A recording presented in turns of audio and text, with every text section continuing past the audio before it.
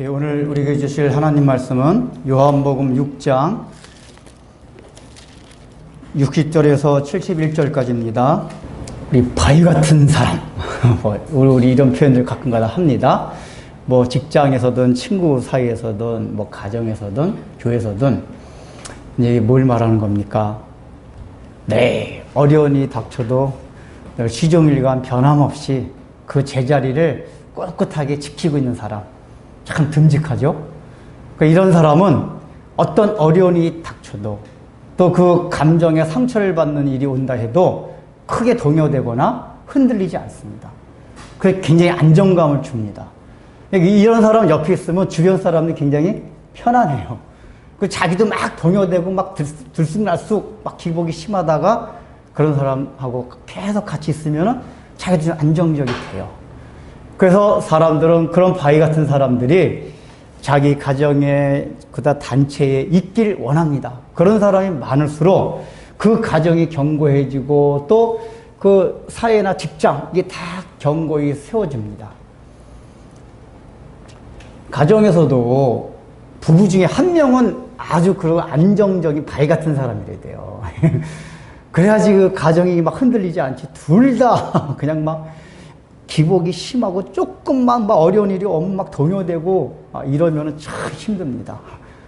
그러나 남편이나 아내 둘 중에 한 명이 탁 견고하게 중심을 잡고 바위가 딱 있으면은 막 흔들리다가도 딱 이렇게 잡혀져요.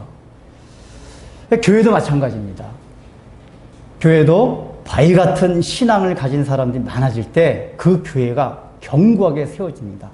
우리는 이제 언뜻 생각하면은 열심히 있는 사람들이 많으면 교회가 견고하게 세워질 것 같잖아요. 근데 그렇지가 않아요. 실제로 보면은. 물론 열심도 필요한데, 바위 같은 사람, 이게 되게 바위 같은 사람들 특징이 뭐냐면 교회 내에서 막 눈에 보이게 엄청나게 열심 그런 건 아닌데, 꾸준하게 열심을 내는데, 그게 변하질 않아요. 근데 굉장히 열심을 내는 사람들 가운데 뭐 다 그런 건 아닌데, 어떤 특징이냐면은 엄청나게 열심을 내다가 무슨 시험을 당하면 그게 인간관계에서 오는 시험이든 설교를 듣다가 오는 시험이든 시험만 만나면 금방 곤두박질을 쳐요.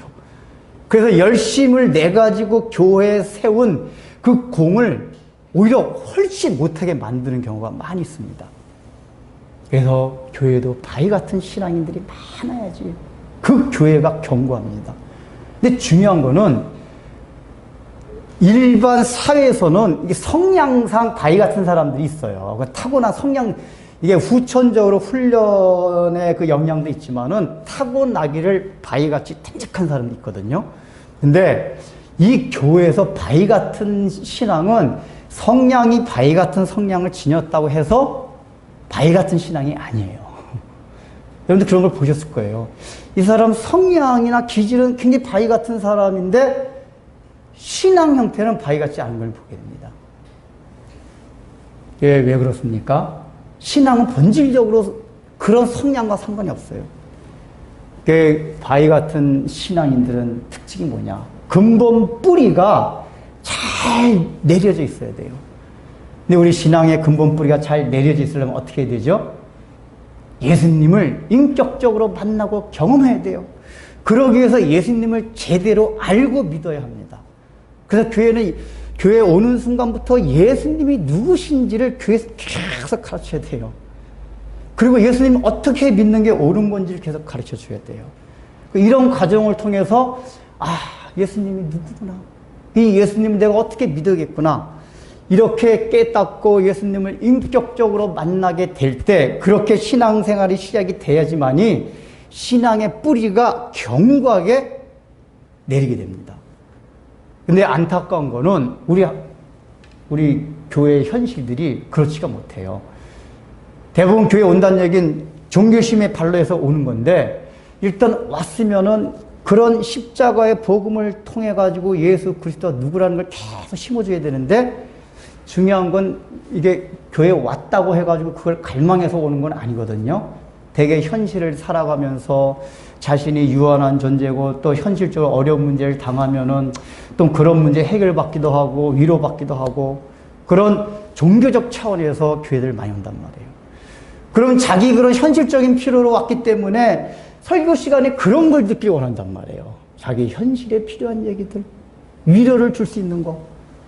근데 거기다 대고 계속 예수님의 십자가, 예수님이 누구시고 이런 거 얘기하면은 사람들이 다 지겨워 죽으려고 그래요. 고루하게 생각해요.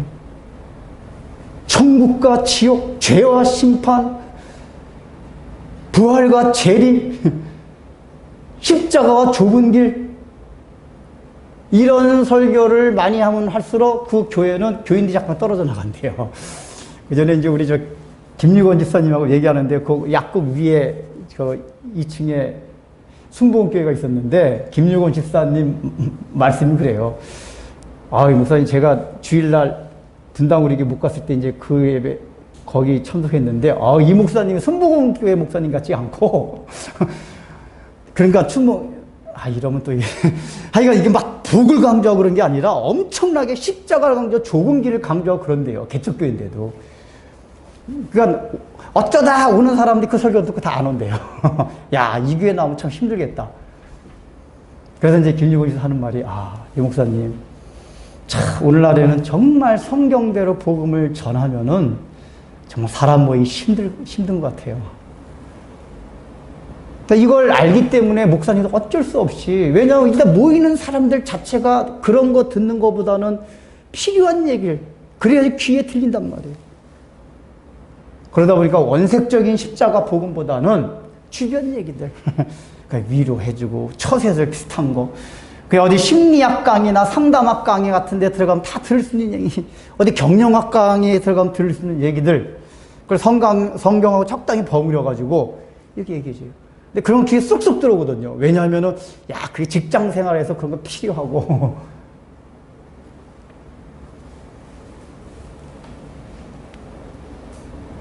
네, 이런 식으로 계속 설교를 듣고 신앙생활 하다 보면은 그 언젠가가 시험을 크게 당할 때, 어려운 일이 닥쳤을 때, 그땐 크게 동요받고 주님을 반드시 떠나게 됩니다. 그 떠난다는 게 꼭 교회를 안 나온다 그 차원보다는 완전히 세상에 빠져서 살게 돼요.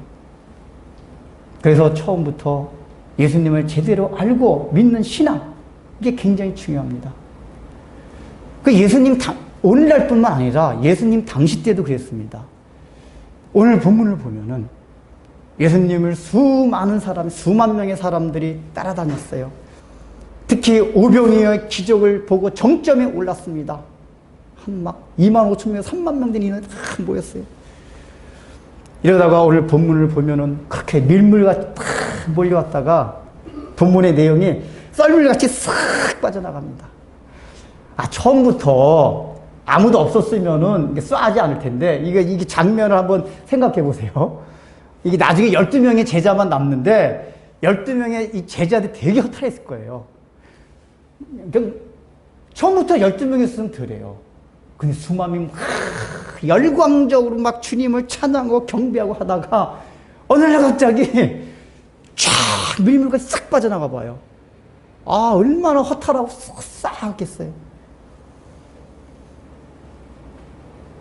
그렇다면은 왜?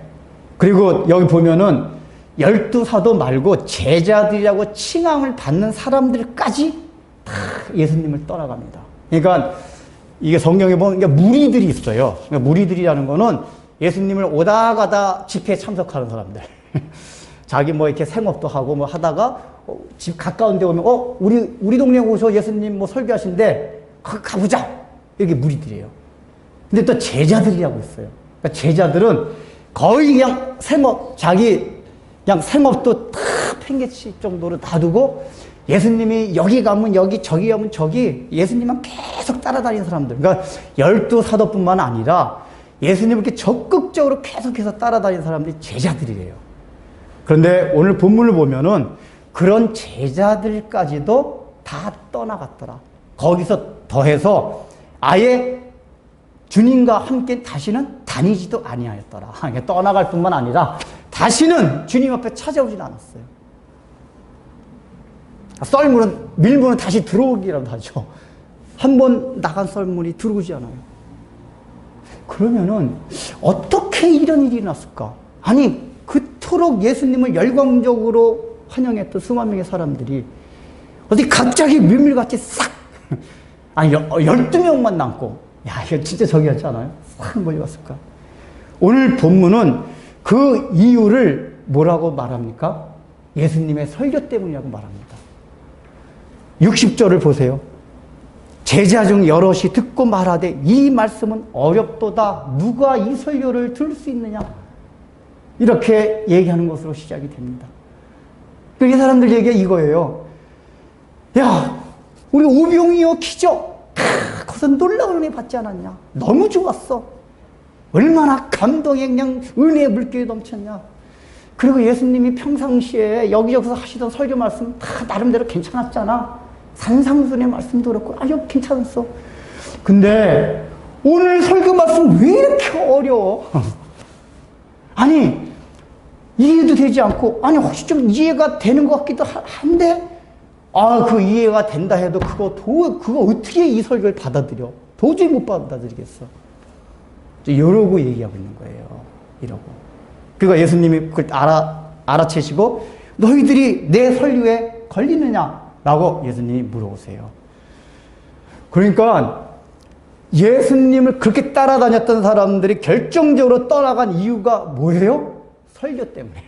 이게 굉장히 중요합니다. 설교 때문에 떠나갔어요. 말씀 때문에. 그러니까 우리가 신앙생활을 하다가 이 여러 가지 시험에 드는 경우들이 있어요. 시험에 드는 경우. 근데 이제 시험에 들었다가도 이렇게 회복이 됩니다.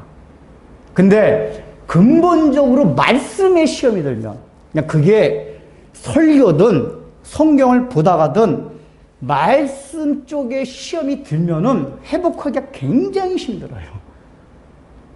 그러니까 우리가 이를테면은 육신적으로 연약해서 넘어지는 경우도 있어요. 그렇게 넘어질 때는 하나님 회개하고 이래서 회복이 될 수가 있어요.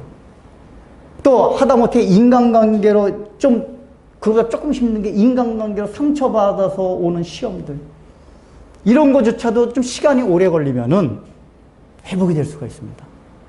그런데 오늘 본문엔 뭐라고 얘기하냐? 설교 때문에 밀물처럼 몰려왔던 사람들이 썰물같이 몰려갔다라고 성경이 지금 말씀합니다.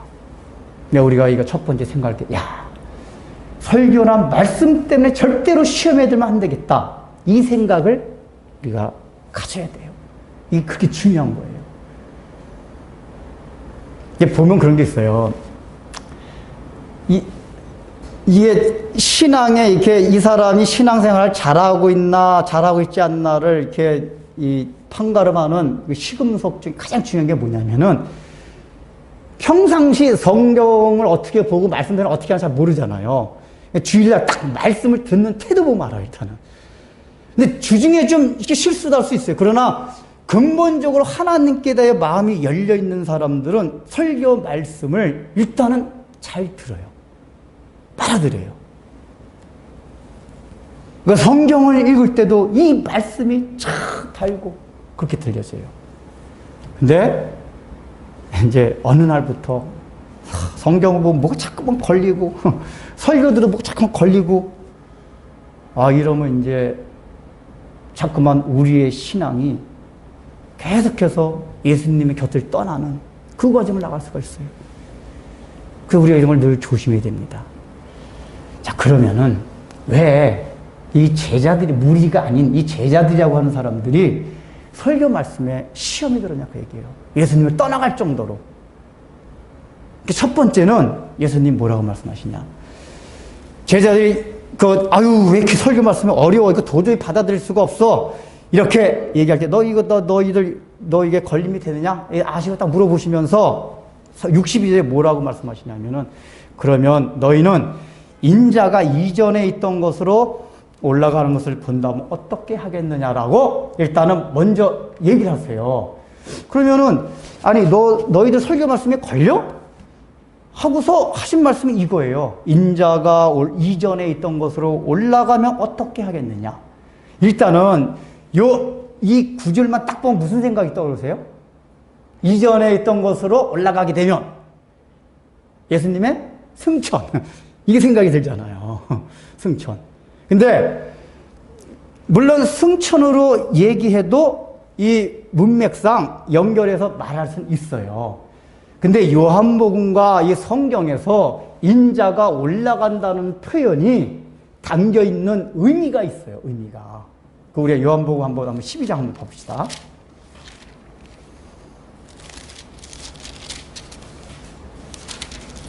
요한복음 12장 32절, 33절, 34절까지 읽겠습니다. 요한복음 12장 32절에서 34절. 다 찾으셨나요? 우리 합독하겠습니다. 시작.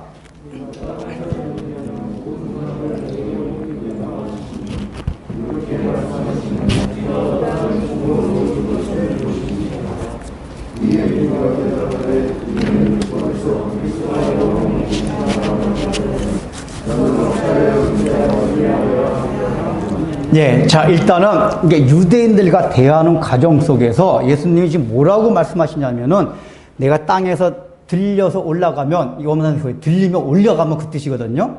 들려서 올라가면 모든 사람을 내게로 이끌겠노라 하시니, 그리고 이제 33절에 뭐라고 말씀하셨죠? 이렇게 말씀하시면 자기가 어떠한 죽음으로 죽을 것을 보이십니다. 그러니까 내가 땅에서 들림을 당한다, 올려간다, 이 뜻은 무슨 뜻이라고요? 예수님이 죽으심을 말한다, 죽으심을 말한 거예요.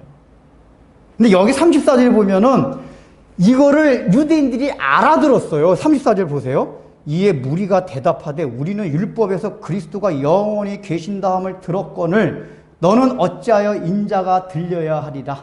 그러니까 인자가 들려야 하리라는 거를 유대인들이 끊기는 거. 여기서 뭐예요? 율법엔 원래 그리스도, 메시아는 영원히 계신다. 이렇게 말씀하셨는데 너는 왜 들린다 하느냐? 즉, 죽는다는 것을 이걸 거의 알아들은 거예요. 예수님이 여기서 이거 직접적으로 말해 주신 건 아니거든요. 의미를 설명해 주는 거지, 33절은. 일단은 올라간다는 뜻이 요한복음에서 또 공간복음에서도 그래요. 요한복음 3장 같은 데도 인자가 들려야 하리니. 노뱀 사건을 얘기하면서 그 얘기를 해주잖아요. 그러니까 들려야 한다는 얘기가, 하늘 위로 들려야 한다는 얘기는 요한복음 전체에서 뭘 말하냐면 십자가의 죽으심부터 부활, 승천까지 전 과정을 패키지로 묶어서 올라간다는 표현이에요. 올라간다. 올라간다. 그러니까 첫 번째 시작은 뭐냐? 십자가의 죽으심이에요. 죽으심. 그러면은 다시 오늘 본문 와봅시다. 인자가 이전에 있던 곳으로 올라가는 것을 보면 마지막엔 승천이에요. 그런데 그 승천이 있기 전에 어떤 일이 있어요? 예수님의 십자가의 죽으심. 그러니까 예수님이 이 말씀 왜 하시는 거죠? 야, 너희들 지금 내 설교 듣고 그렇게 시험에 들었니? 어떤 설교였죠? 지금 시험에 들었던 게 내 살을 먹고 내 피를 마셔야 영생이 있다는 그 설교였어요. 너희들 그 설교 듣고도 그게 시험에 들었냐? 그런데 내가 올라가는 것을 본다냐? 그러니까 내가 십자가에 죽고 부활하고 승천. 근데 이 사람들이 먼저 보는 건 십자가의 죽으심이에요. 너희들 내 메시아가 십자가에서 죽는 것을 본다면 도대체 어찌 되겠느냐? 설교만 듣고도 그러면. 예수님께서 이 얘기하는 거예요. 너희들 상태가 참 갈 길이 멀다. 앞으로 십자가 진짜 죽으셔야 되는데 설교. 왜냐면은 내 살을 먹고 내 피를 마신다는 게 무슨 뜻이죠? 첫 번째는 예수님께서 십자가와 피 흘려 죽으심으로 우리가 영생을 얻는다는 걸 말씀한단 말이에요. 죽으신 거. 까득한 거예요.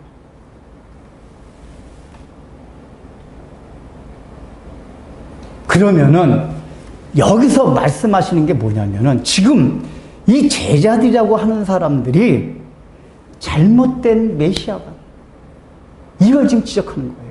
아까 요한복음 12장 읽었잖아요. 유대인들이 다 똑같아요. 그러니까 지금 요한복음 12장을 보면은 이 유대인들이 예수님 설교를 계속 들으면서 예수님 살을 뜯어먹고 피를 마신다는 게 어떤 내용인가에 대해서 아주 구체적으로 그 십자가에 못 박혀 죽으심 이것까지 몰랐지만은 대략적으로는 이해를 한 것 같아요.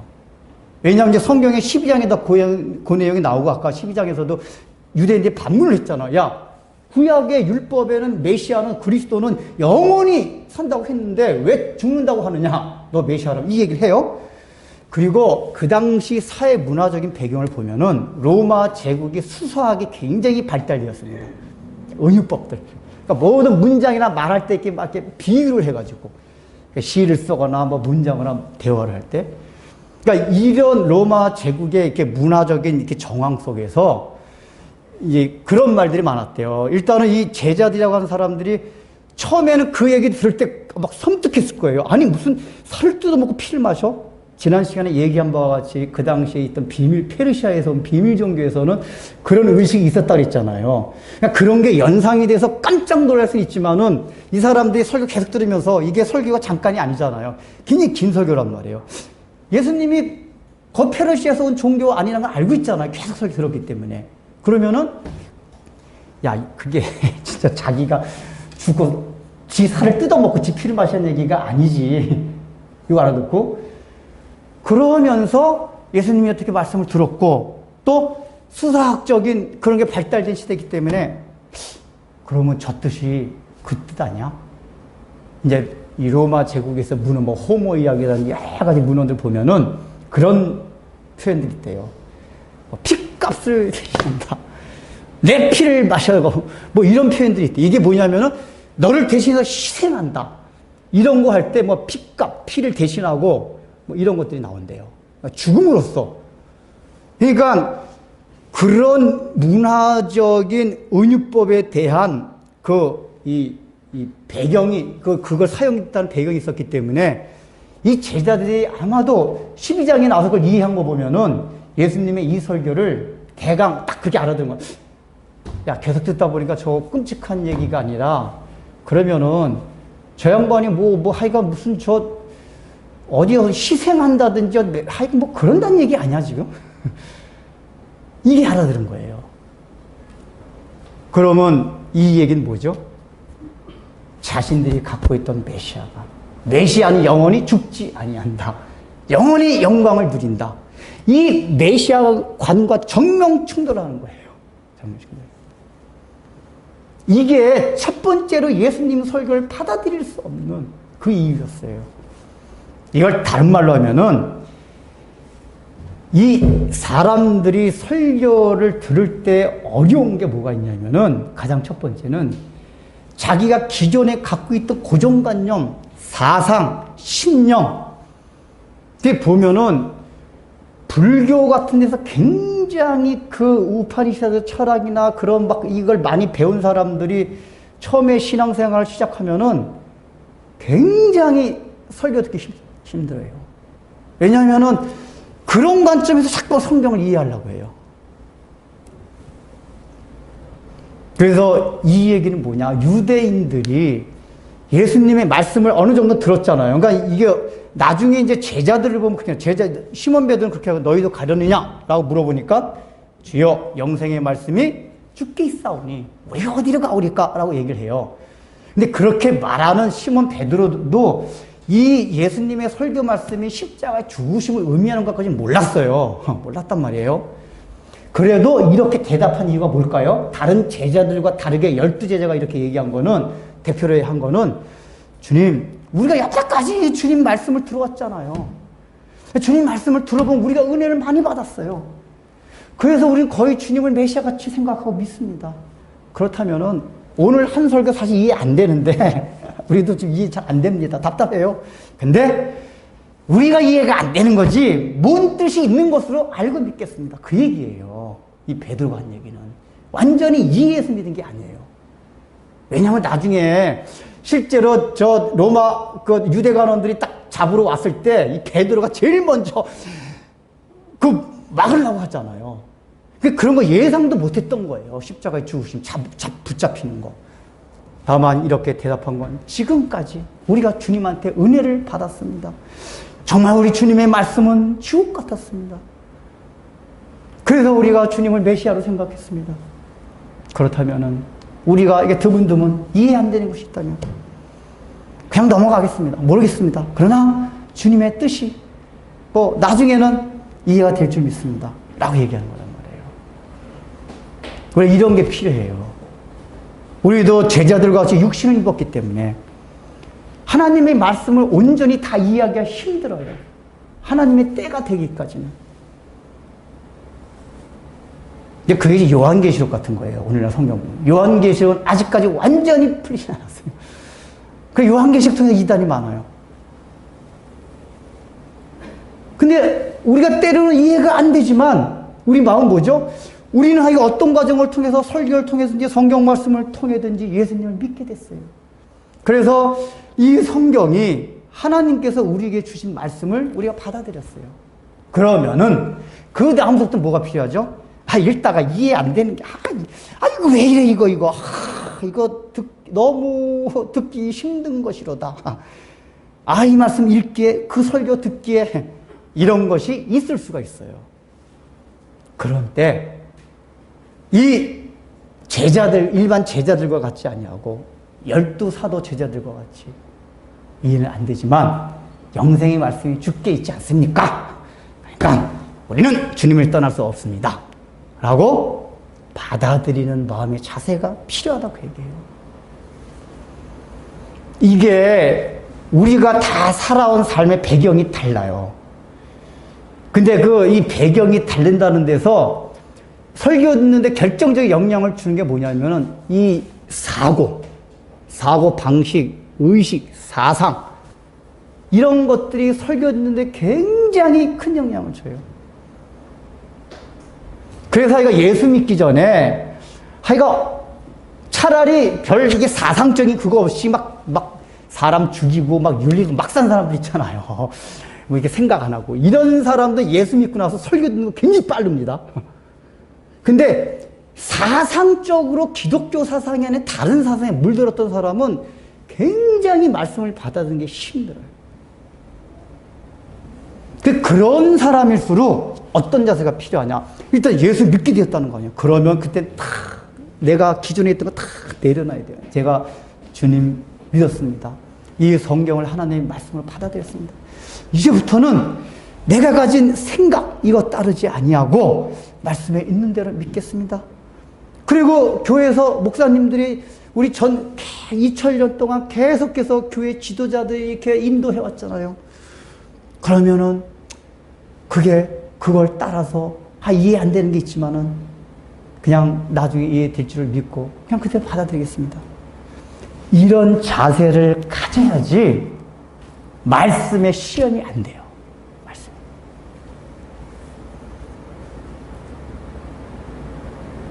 그러니까 우리는 그것뿐만 아니라 각자 하나님, 예수님 또는 신앙, 복음 여기에 대해서 각자 가지고 있는 이미지가 있어요. 이미지가. 하나님 하면 자기가 탁 떠오르는 거. 복음 하면 떠오르는 거. 그러니까 어떤 교파에서는 복음 하면 뭐라 그러죠? 내 영혼이 잘된 같이 내가 건강하고 모든 곳에 형통하길 원하노라. 그러니까 그런 경향의 사람들은 복음에 대한 이미지가 딱 그거예요. 그러다 보니까 성경에서 십자가를 지라 이런 얘기 좁은 길 걸어가 이런 얘기 나오면은 시험에 들어요. 그런 교회 안 나가요. 복 받는다는 설교하는 교회만 가지. 그리고 하나님은 사랑이야. 사람마다 하나님을 생각하는 이미지도 다 틀려요. 제가 출애굽기 강의하면서 우상숭배에 대해서 얘기했을 때 그랬잖아요. 우상숭배가 딴 신을 섬기는 게 아니라 성경에 기록된 대로 하나님을 믿지 아니하고 자기 생각대로 믿는 하나님이 우상이란 말이에요.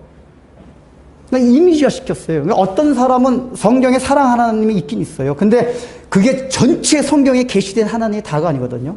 근데 딱 그 사람한테 사랑의 하나님 딱 이미지가 됐어요. 이러기 때문에 지옥, 하나님의 심판, 공의 이런 거 하나도 안 들어와요. 이런 건 기분 나빠요. 그래서 러셀 와이트 같은 사람, 여호와 증인 창설한 사람 같은 경우는 무슨 사랑의 하나님이 지옥을 만들어. 여러분 대부분의 이단들의 교리를 보면은 천국 지옥을, 우리가 죽은 다음에 가는 천국 지옥을 안 믿습니다. 근데 지옥은 부정하고 천국도 천년왕국. 그게 어디서 생겨났냐면 하나님에 대한 이미지가 딱 사랑의 하나님. 무슨 하나님이 지옥을 만들어 지옥을 보내. 그냥 죽음과 함께 딱 없어지고 마지막에 있을 때 14만 4천 명만 천년왕국 들어가는 거지. 그러니까 우리의 이성과 논리로 이해되지 않는 것들은 안 받아들이려고요. 여러분, 이게 통일교 이런 것들이 우리는 그냥 처음부터 사이비종교라는 그거 가졌으니까 왜 그런 데가 그렇겠지만은 통일교 여러분 처음에 할 때 처음에 다 거기에 모였던 사람이 누군지 아세요? 대학생들과 교수들이에요. 왜 그런지 아세요? 문선명이라는 사람이 성경에서 아주 애매모호한 것들, 난제들, 믿기 어려운 것들, 이런 것만 가지고 아주 설득력 있게 설명하기 시작했어요. 일단 예정론부터 비판하기 시작해가지고. 말도 안 되는 소리다. 그러니까 들어보니까 이단들의 설명이 더 그럴듯합니다. 논리적으로는. 들어보면요. 사실은 이단들도 전체 다 들으면 비논리예요. 근데 대개 이단들의 특징이 뭐냐면은 일반 정통교에서 굉장히 이렇게 논리적으로 안 보이는 교리들만 몇 개 딱 끄집어가지고 그걸 논리적으로 설명을 해요. 그냥 딱 그럴듯해요. 그럴듯해요.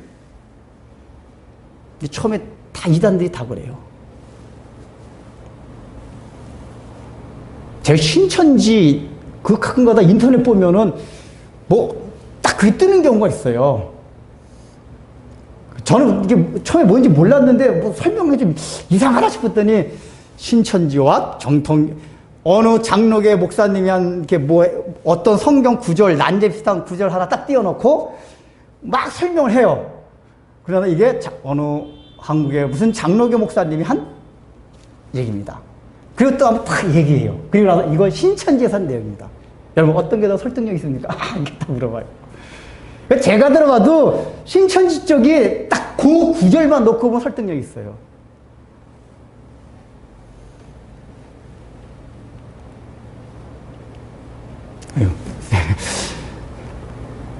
그러니까 이게 다 왜 그런 게 생각나냐. 자신들이 갖고 있는 이미지대로 하나님을 받아들이고 천국을 받아들이고 지옥을 받아들이고 복음을 받아들여서 그래요. 그러니까 특히 오늘날의 가장 큰 문제점 뭐죠? 복음에 대한 잘못된 이미지. 미국으로부터 시작된 이 번영신앙, 긍정적 사고방식 신앙. 예수만 믿으면 형통하고 믿음대로 모든 게 되고. 근데 전체 성경에서 말하는 건 그게 아니란 말이에요. 그런 게 아니다 보니까 이 교회에서 목사님들도 제대로 말씀하기가 힘들어요. 교인들이 다 빠져나가니까. 그래서 이게 설문조사 한 것도 나왔는데 한국 교인들이 가장 좋아하는 설교는 어떤 형태냐. 80몇 프로가 위로를 주는 설교. 가장 싫어하는 설교, 심판 설교.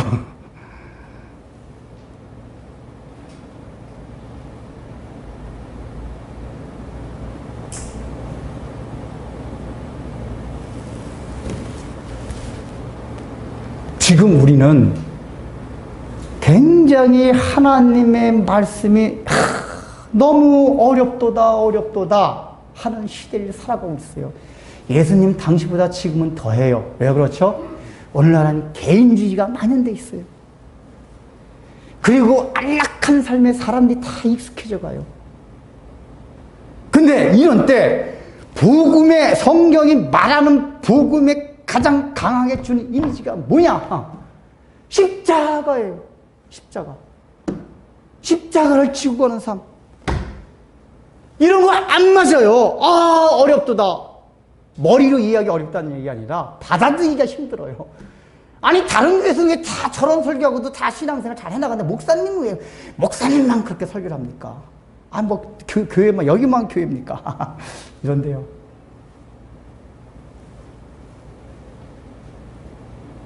그러니까 원색적인 성경의 복음을 얘기하면은 사람들이 듣기 힘들어. 지루해, 고루해. 무슨 오늘날 이런 지옥 얘기야. 참나. 요즘 사람 지옥 설교 너무 싫어한대요. 좀 세련되게 고상, 복음을 전해도 안 믿으면 지옥 간다 그러지 말고 믿으면 행복해집니다. 얼마나 세련됩니까? 이건 인간들의 자존심을 안 건드려요. 근데 안 믿으면 지옥 간다 그러면 자존심이 상해요. 믿으면 행복해지고 믿으면 잘 되고 형통해집니다. 이런 식으로 이러다 보니까 다 원래 성경에서 말씀하시고자 하는 그 복음의 본질의 내용에 대해서는 다 안 들으려고 그래요. 이거는 우리 한국교회뿐 아니라 미국교회도 시작이 돼서 사실 미국교회부터.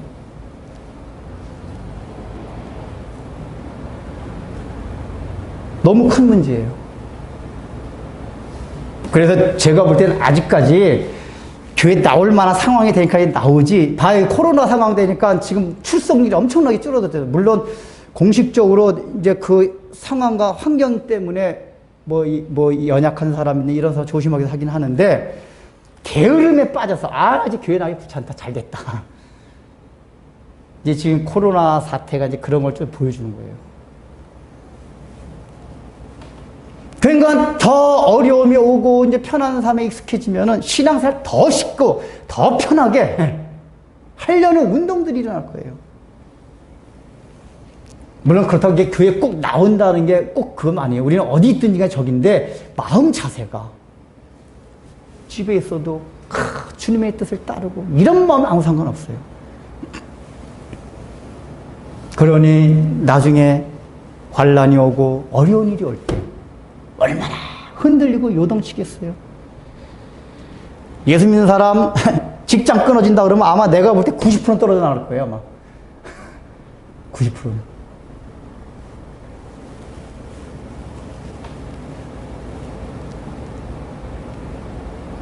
그러나, 근데, 시간이.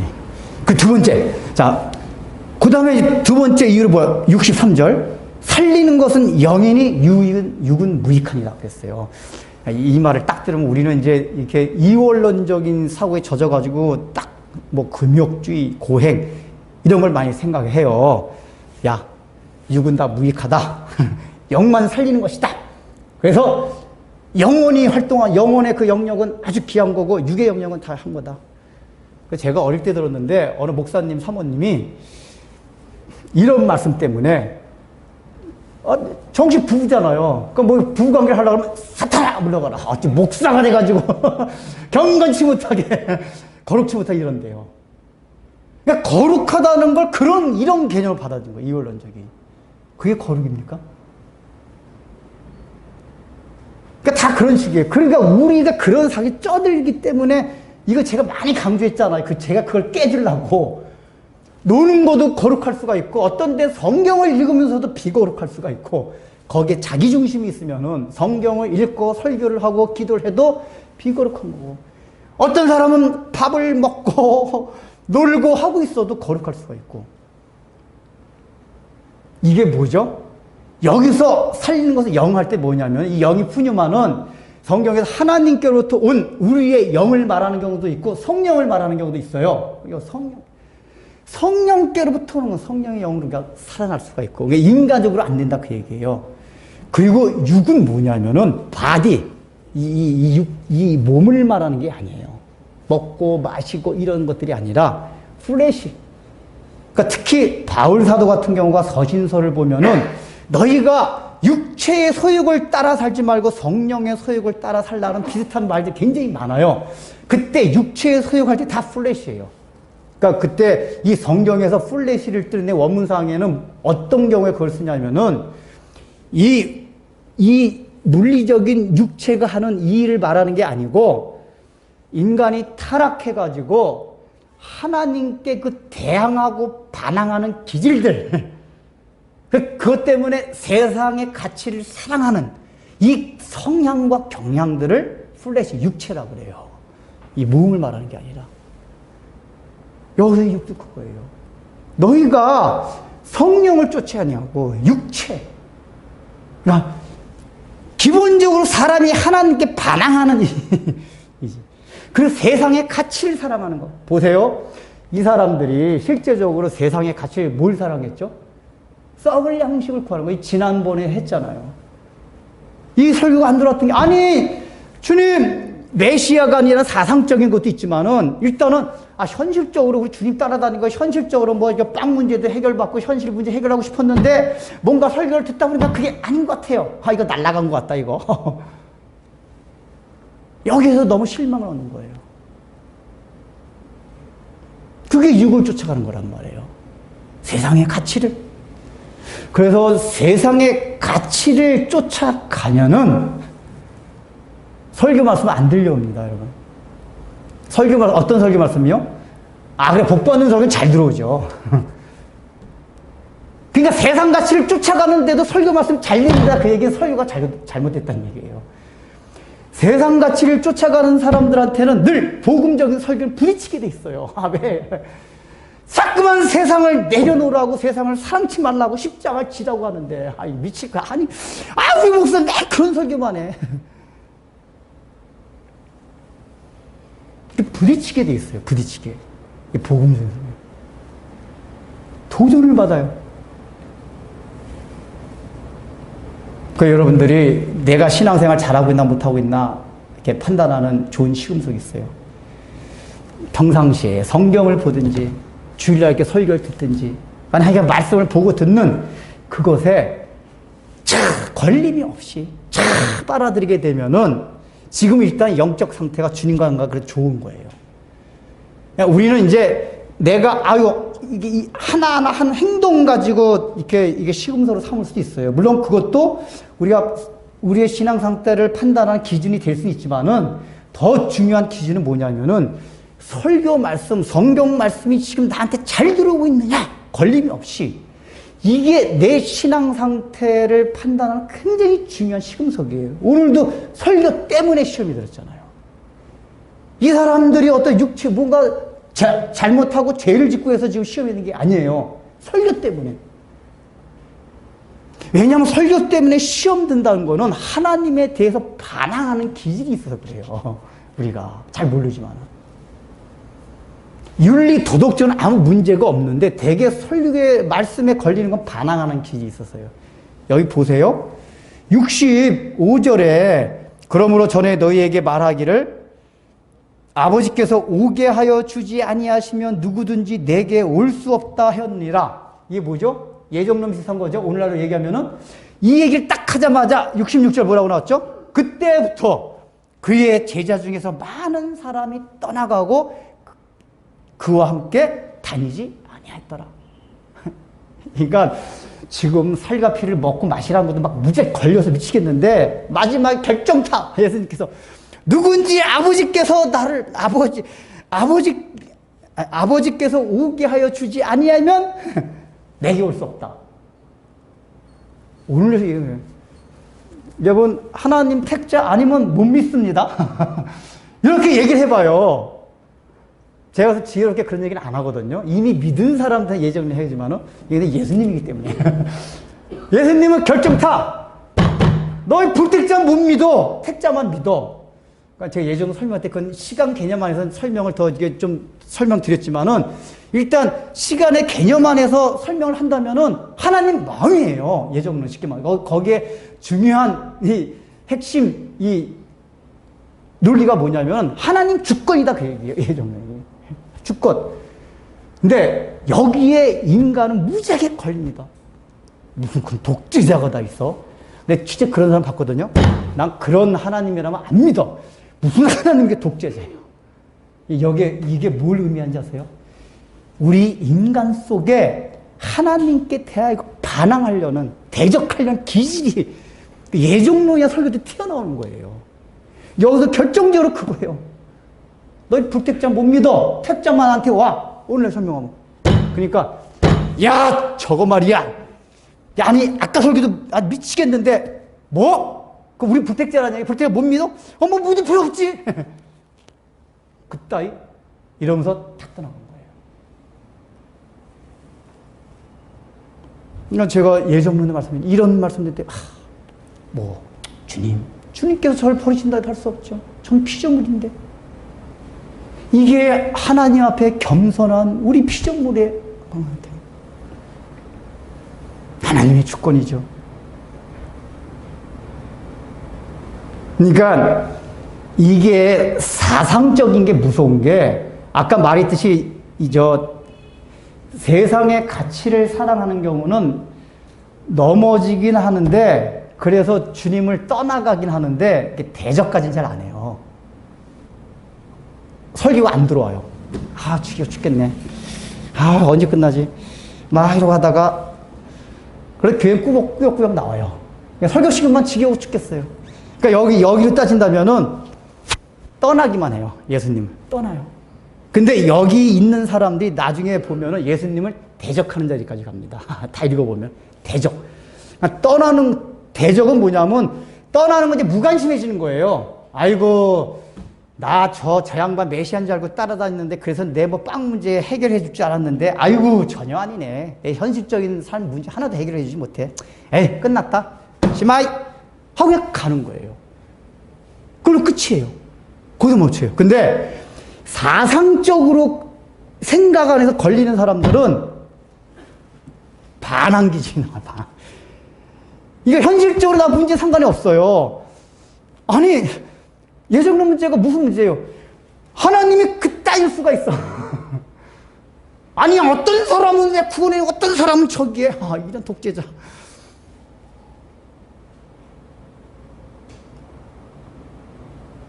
이런 문제들은 떠나는 데서 멈추지 않고 대적하는 자리까지 와요. 대적하는 자리까지.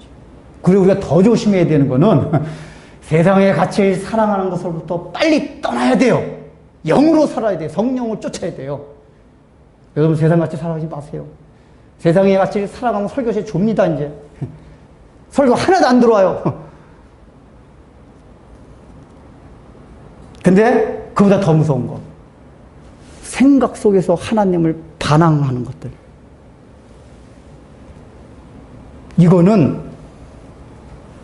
떠날 뿐만 아니라 그런 하나님이 다 있어. 나 그런 하나님 믿기 쉽지 않아. 이렇게 가야 된다 그 얘기예요. 그래서 우리가 이걸 더 조심해야 돼요. 이거 위해서 뭐 해야 되죠? 아까 말한 제자들의 태도. 주님, 제가 지금 예수 믿기 전에 살아오던 과정 속에서 내 속에 축적화된 이미지들이 있습니다. 하나님에 대한 이미지, 성경에 대한 이미지, 복음에 대한 이미지, 천국지요. 그러나 그게 다가 아니란 걸 주님 앞에 내려놓겠습니다. 그래서 말씀을 읽을 때에 이해가 되지 않는 주여 그래도 영생의 말씀이 여기 있사온데 제가 어딜 갑니까? 라고 겸손한 마음으로 주님 곁을 떠나지 않겠습니다.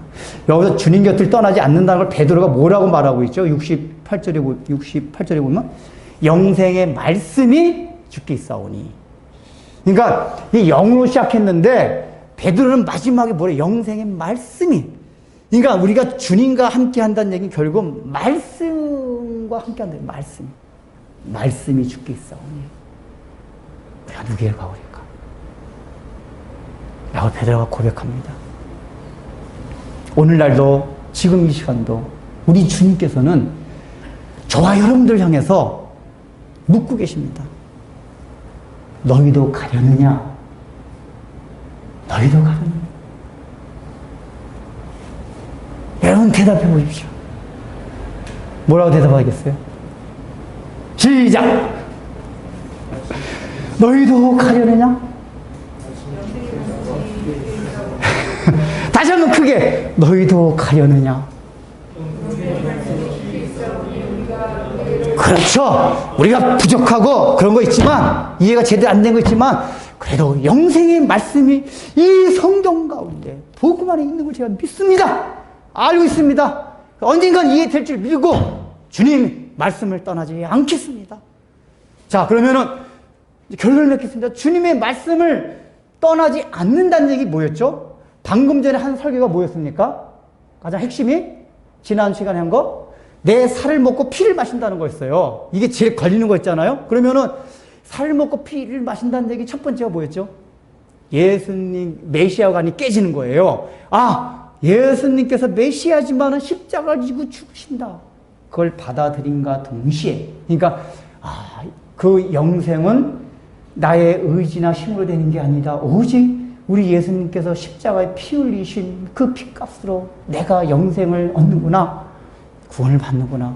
이걸 믿고 받아들여요. 자, 이제 제가 지난 시간에 그 두 번째를 설명했죠. 살을 뜯어먹고 피를 마신다는 얘기가 두 번째가 뭐라고 했죠? 연합된다. 이게 먹는다는 얘기는 그 먹는 게 내 몸 안에 들어와서 영양분이 되잖아요. 나와 하나가 된다는 얘기예요. 그걸 연합이에요. 연합. 즉 피를 마시고 살을 뜯어먹는다는 얘기는 우리가 주님을 그걸 받아들여 믿을 때 그리스도와 연합이 된다. 연합이 된다는 얘기는 이제 나도 다른 사람의 살을 뜯어 먹이우고 피를 마시게 한다는 얘기예요. 이 얘기가 다른 말로 말하면 뭐죠? 십자가를 지고 하는 거예요. 십자가를. 다 싫죠, 우리 십자가. 여러분 십자가 지고 싶으세요? 목사님 무슨 말씀이에요? 영생의 말씀이 여기 싸움에 할 때 바로 전 시간에 하신 설교, 그 영생의 설교가 그거예요. 가장 핵심적인 거. 주의 살을 뜯어먹고 주의 피를 우리가 마시겠나이다. 그걸 받아들이겠습니다. 그 얘기예요. 베드로의 얘기가. 받아들이겠습니다. 여러분들 고백했잖아요. 주님의 살을 뜯어먹고 피를 마시겠습니다. 받아들였어요. 그러면 예수님을 믿겠어요. 믿었으면 이제부터는 여러분들은 우리는 다 그리스도와 연합된 자들입니다. 그럼 이제 우리도 그리스도와 하나가 되었기 때문에 주님의 그 자취를 따라가는 자들이에요. 그래서 우리들도 주님이 심장을 가지고 사람을 대하고 주님의 눈으로 사람을 바라보고 또 우리의 팔다리가 주님의 팔다리가 되고 주님이 누구든지 용서해 준 것 같이 우리도 누구든지 용서해 주고 그래서 시체가 너덜너덜해진 것 같이 살아가는 삶이 살을 뜯기우고 피를 마시는 그 삶이라 그럴게요. 마지막까지 요구한 게 그거예요. 아직까지 이 사람은 이거 깨닫지 못했지만 나중에 제자들은 다 그런 삶을 살아갑니다. 살아가요. 그럼 우리도 어떻게 되죠? 그런 삶을 살아가야 돼요. 근데 여러분, 이런 절가 참 부담스럽다. 저도 부담스러워요. 전 설교자기 때문에 저도 하는데, 저도 설교 준비하면서 이거에 대해서, 주님, 알았습니다. 날마다 주의 살을 뜯어먹고 피를 마시겠나이다. 날마다 주님의 십자가를 지고 즐겁게 가겠습니다. 라는 대답이 저도 이게 쉽긴 하죠. 제가 설교자기 때문에 이렇게 막 지랄하는 거지. 똑같아요, 저나 여러분이나. 하나님이 잠깐 마음을 주셔가지고 하는 거지. 저도 부담스러워요. 그래, 부담스럽지만 받아들여야 돼요, 성경에 있으니까. 어쩔 수가 없어요.